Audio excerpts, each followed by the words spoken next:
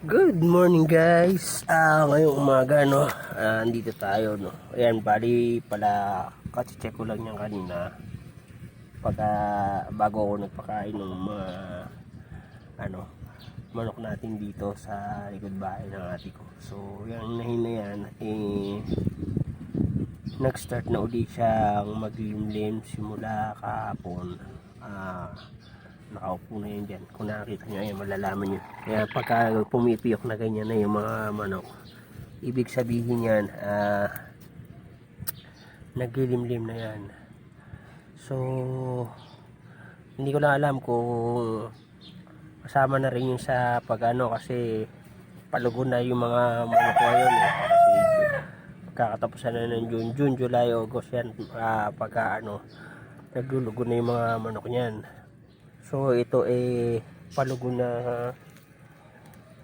siguro sila, kaya medyo kasi bali ang itlog lang niya na nililimliman is 6 na piraso, pero yung itlog na nandyan sa pugad ngayon 9 na piraso yan. Yung 3 dun sa natin, matanda natin ng isang inahin na pulayo, kung nakikita nyo siya guys. Ayun ayan, yung nagkakaykay na yun. Pagka kasi sa dito na rin nasanay magpugad yun. Dati yun dun sa mesa ako na yun, dun sa mesa akong green, dun yun na una limlim. Pero nung sa pangalawang niya, dito na rin siya nakisama maglimlim, mas na gusto.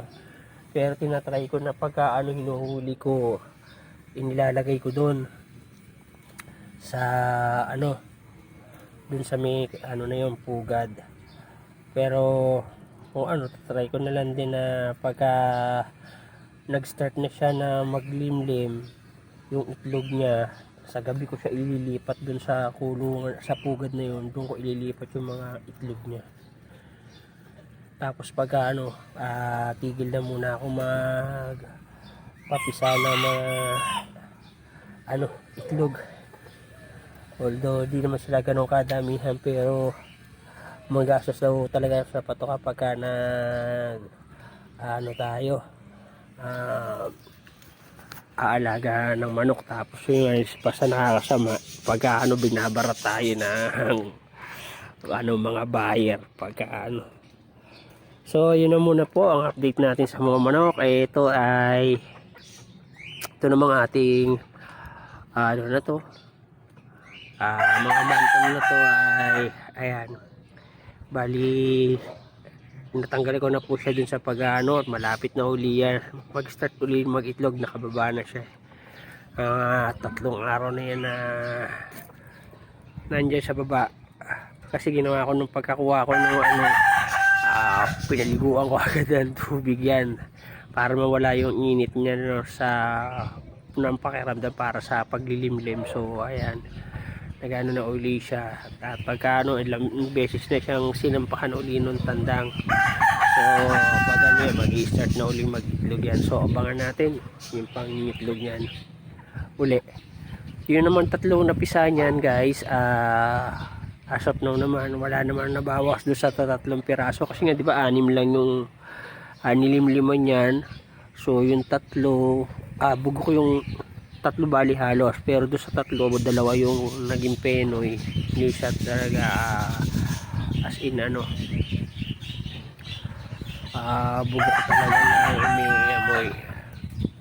Tapos yung 3 napisa ayun na andon, malalakas na sila ngayon. So pinalalaki na lang natin. Pagka update tayo ng video, gagawa ko ng video yun yung mga sisiyo nila. Pero sa ngayon ayan, antayin na lang uli natin sila muna. So ayan na muna guys ang update ko dito sa ating mga alagang manok. So ayan, 2 nating broodcock.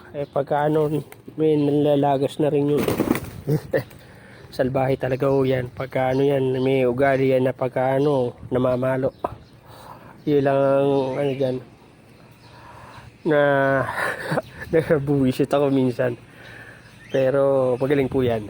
Tsaka yun yung niya. So ayan na muna po ang update natin dito sa mga alaga natin. So maraming salamat po sa panonood, at sana gusto nyo itong video.